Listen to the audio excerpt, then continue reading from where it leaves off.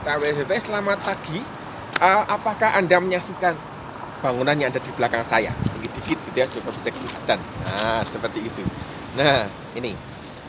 Ini sebuah landmark gitu ya, kota Praha yang cukup terkenal. Gambarnya ini beredar berkali-kali di internet untuk menggambarkan ini loh perbedaannya antara arsitektur dan teknik sipil, katanya begitu. Jadi gedung ini dinamakan Dancing House yang dibangun pada tahun 1992 seingat saya, selesai 1996. Merupakan kolaborasi dua arsitek. Yang pertama berkebangsaan Kroasia, Czech, yang kedua berkebangsaan Kanada, Amerika. Diberi nama juga sebagai gedung ini namanya Ginger and Fred, karena terinspirasi oleh dua kemampuan berdansa gitu ya, dari dua aktor dan aktris namanya juga Ginger dan Fred tadi. Dan dari sini saya akan mengutip apa yang disampaikan oleh Robert Heinlein gitu ya. Dia menyatakan, saya tidak akan pernah belajar dari orang yang selalu setuju dengan saya. Nah, ini menarik gitu, karena memang kita belajar itu bisa karena banyak faktor. Dan dia mengatakan bahwa dia justru belajar dari orang yang tidak setuju sama dia, seperti itu. Topik hari ini berhubungan dengan satu pertanyaan yang cukup menarik, menggelitik gitu ya, cukup kritis menurut saya. Pertanyaannya begini: kalau jadi guru SD ada PGSD gitu ya, jadi guru TK ada PG PAUD. Kalau guru berani studi ada PG, program pendidikan guru untuk mapel matematika, fisika, sejarah dan seterusnya. Terus kalau mau jadi dosen ada enggak PG dosen? Dan itu yang akan saya bahas pada hari ini.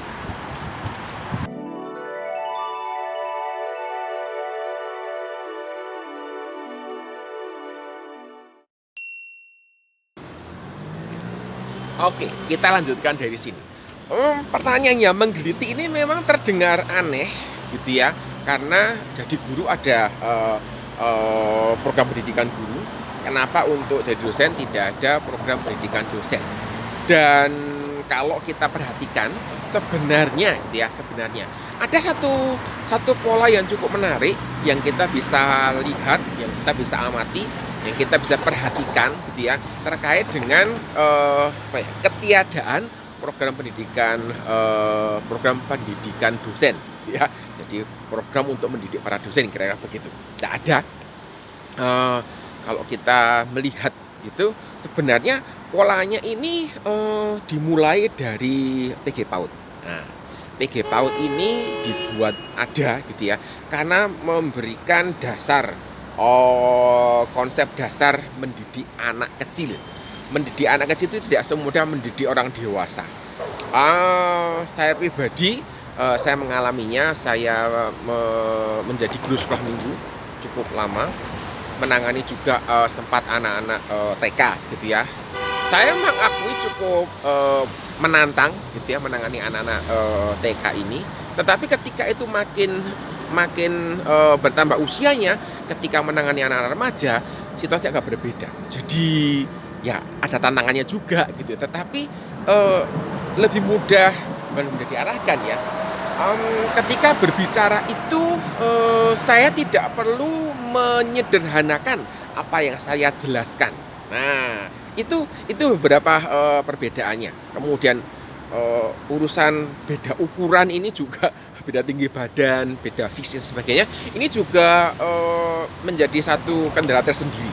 Nah, maka di PG PAUD ini hal-hal yang dipelajari itu akan berkisar seputar bagaimana berkomunikasi dengan anak, psikologi anak. Hal-hal yang seperti itu menjadi makanan utama mahasiswa yang belajar di PG PAUD, karena memang akan berinteraksi dengan anak-anak yang tentunya berbeda ketika berinteraksi dengan siswa yang sudah lebih dewasa, anak remaja misalnya. Masuk di level SD gitu ya, ini agak berbeda lagi. Kenapa? Karena ketika masuk di SD, setidaknya sudah pernah lewat di TK, setidaknya begitu. dan anak yang sudah melewati masa-masa belajar di tingkat TK, maka sudah pernah sekolah gitu ya, sudah pernah belajar bersama dengan teman-temannya, kira-kira begitu, sudah pernah berinteraksi dengan gurunya, sehingga saya melihat bahwa interaksinya itu agak berbeda. Jadi guru SD itu lebih banyak fokus pada bagaimana menguasai semua mapel yang akan diberikan. Tentu saja belajar yang namanya komunikasi dengan siswa, pedagogi anak, kemudian psikologi anak, pasti belajar. Dan memang dalam program pendidikan guru ini ada yang namanya praktek untuk menyeimbangkan antara konseptual teori yang diberikan dengan situasi yang ada. Bisa berbeda, bisa nyimpang cukup jauh, tetapi bagaimana calon guru ini bisa mengadaptasikan gitu ya situasi yang berbeda ini. Jadi itu mulai berbeda ketika masuk di level PGSD.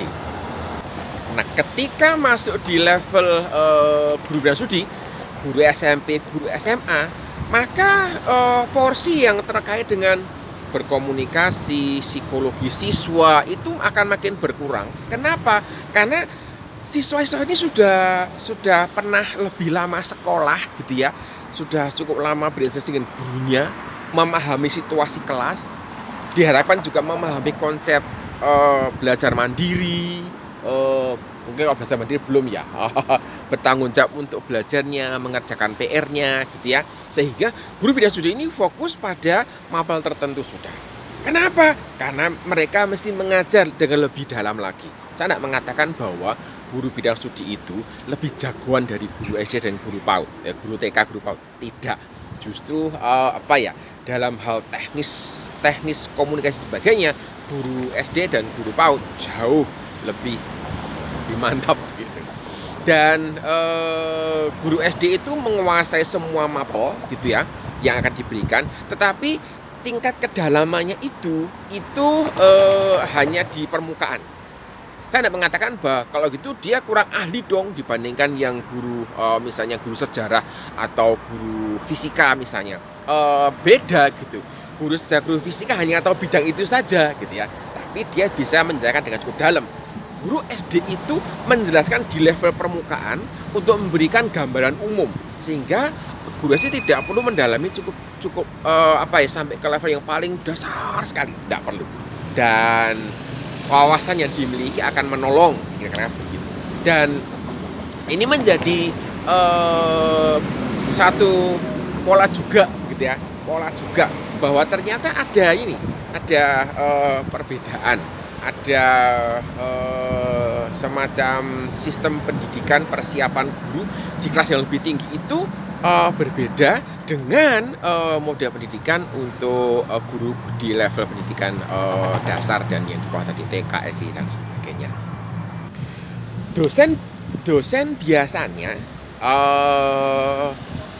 berkuliah di prodi yang sesuai dengan bidangnya. Jadi kalau saya adalah dosen matematika gitu ya, maka saya itu dulu kuliah di prodi matematika. Kira-kira begitu. Tidak mungkin saya ini dosen matematika, kemudian saya kuliahnya itu di bidang hukum gitu. Tidak bisa. Atau dibalik, saya dosen ekonomi bidang marketing misalnya, tetapi saya kuliah di teknik sipil itu. Tidak bisa gitu ya. Jadi ada satu spesialisasi yang lebih jauh lagi. Ketika sudah masuk di tingkat kuliah, maka mahasiswa ini sudah setidaknya 12 tahun dia sekolah gitu ya. SD 6 tahun, SMP 3 tahun, SMA 3 tahun gitu ya. Setidaknya 12 tahun berinteraksi dengan gurunya, dengan temannya, ngerti situasi kelas gitu ya. Sudah mengerti tanggung jawab belajarnya seharusnya. Sudah mengerti apa itu PR, mengerti apa itu tugas, mengerti apa itu belajar mandiri, ngerti sudah. Jadi pola komunikasinya sudah lain lagi. Dan selama kuliah di prodi masing-masing, setahu saya gitu ya, juga pengalaman saya, prodi di non pendidikan itu tidak pernah memberikan tentang pedagogi sama sekali. Dan saya menduga Itu yang mendasari bahwa kita tidak lagi memerlukan pendidikan dosen. Karena nanti ketika menjadi dosen akan ada semacam pelatihan yang diberikan gitu ya. Pelatihan yang diberikan untuk mendukung proses pedagogi ini supaya mengerti apa itu pedagogi, bagaimana pendekatannya, bagaimana berbicara, bagaimana mendekati mahasiswa untuk menjelaskan dan seterusnya. Itu akan diberikan nanti. Dan ini kita bisa melihat bahwa levelnya itu berbeda. Sekali lagi pada waktu kita ada di level TKSD gitu ya. Nah, ini level pedagoginya itu cukup tinggi gitu ya. Tetapi levelnya mata pelajaran materi disampaikan itu tidak terlalu tinggi. Nah, gitu ya. Lalu ketika masuk pendidikan lebih tinggi gitu, ini levelnya makin turun untuk urusan pedagogi, urusan psikologi anak dan sebagainya makin turun gitu ya. Tapi dari sisi pendalaman materinya ini makin naik. Nah, ini ada polanya. Nah, saya menduga ketiadaan program pendidikan dosen itu karena memang tidak diperlukan. Cukup diberikan training pedagogi saja, dan toh tidak semua lulusan prodi-prodi di kampus kan juga tidak semuanya mau jadi dosen seperti itu. Jadi seperti Anda sudah melihat gitu ya, pemaparan bukti-bukti bukti yang menunjukkan bahwa kita tidak membutuhkan pendidikan dosen gitu ya, karena memang ya tadi itu jadi porsinya berbeda. Dan ini juga menunjukkan bagaimana proses belajar itu dikerjakan. Ketika di SD siswa itu ditempel ketat sekali, diingatkan, mungkin kena marah kalau tidak kerja PR, supaya ngerti bahwa PR itu adalah tanggung jawab belajar, PR itu adalah bagian dari proses belajar. Dan sudah saya bahas dalam sebuah video tentang PR ini.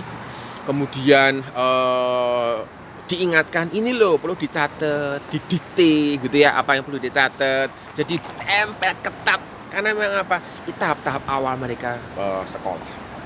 Ketika di SMP juga, ketika di SD ini di kelas 6 sama kelas 1, nah itu ada perbedaan. Tempelan ketatnya juga beda. Masuk di SMP gitu ya, guru juga masih menempel tidak terlalu ketat kepada siswanya. Maka di SMA makin longgar lagi, dan proses ini itu berlangsung nanti makin tinggi, makin jauh jaraknya.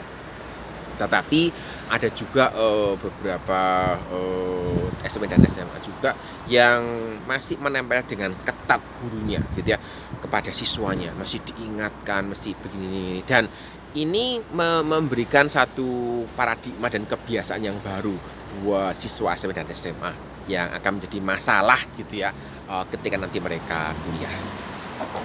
Ya, sekarang sudah naik gitu ya, posisi sudah di atas gitu ya, di atas posisinya tadi. Jadi saya juga sekarang ini ada tren bahwa kuliah itu sebaiknya dibuat seperti situasi di SMP. Artinya apa? Dosen itu tidak lagi sebagai fasilitator yang memandu, tetapi memberikan mengajar, memberikan instruksi dengan yang sangat detail. Artinya fungsi dosen itu seperti guru yang menjelaskan dengan sangat detail. Ini dicatat, ini diingat baik-baik, ini penting, ini harus dipelajari, harus diingat dan sebagainya. Ini menjadi bagian-bagian yang selalu menjadi satu pergumulan dalam diri saya ketika diminta untuk mengajar seperti mereka yang dari SMP. Alasannya apa? Ya karena mereka sudah terbiasa dengan cara seperti itu. Kalau nanti diganti akibatnya bisa panjang. Kira-kira seperti itu alasannya. Nah, sehingga sebenarnya gitu ya, ketidakdewasaan mahasiswa inilah yang menjadi inti masalah.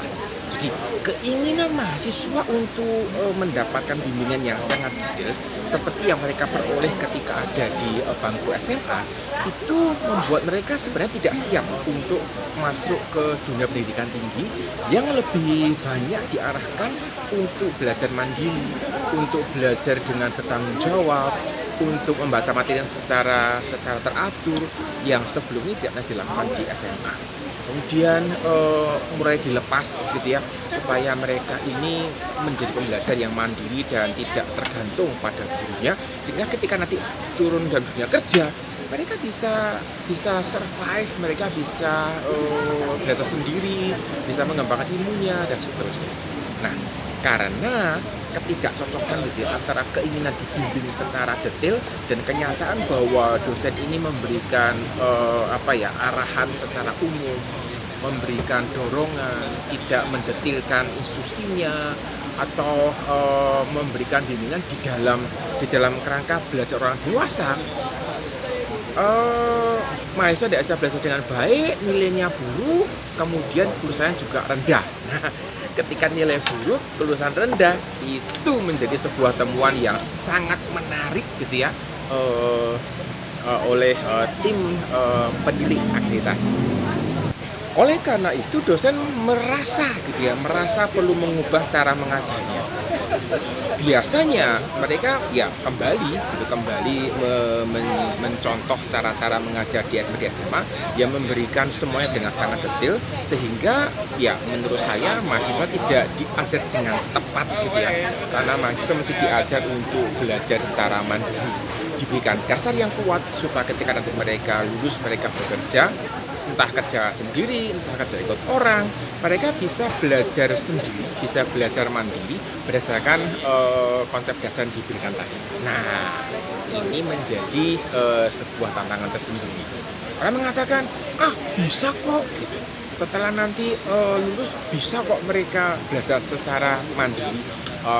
Mungkin bisa, tetapi prosesnya itu mesti dilatih dari sejak mereka duduk di bangku kuliah, sehingga saya melihat bahwa proses belajar sebagai orang dewasa ini menjadi bagian yang sangat penting. Memang tidak ada prodi pendidikan dosen PPD gitu ya, program studi pendidikan dosen tidak ada, atau program di FKIP program pendidikan dosen tidak ada. Dan dosen itu menjadi pemandu belajar mahasiswa supaya mereka siap untuk belajar mandiri, terjun di masyarakat, mereka siap belajar mandiri, mereka siap juga menjadi pengajar jika diperlukan buat orang lain, dan terlebih kedewasaannya juga dilatih sejak dini. Jadi itu harapan saya gitu ya, dan semoga informasi ini bisa membuka gitu mata banyak orang bahwa menjadi dosen itu orang mengatakan gampang gitu. Ya gampang-gampang, susah sih gitu. Karena kalau dibilang gampang ya memang banyak dosen sebenarnya memberikan bimbingan gitu.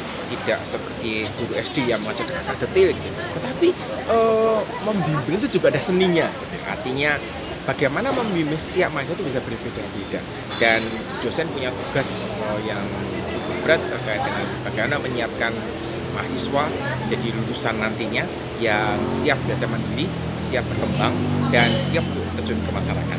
Saya kira itu yang bisa saya sampaikan pada hari ini dari Dancing Class Teras Bar yang ada di Dancing House di Kota Praha. Saya menyampaikan materi ini dan semoga bermanfaat buat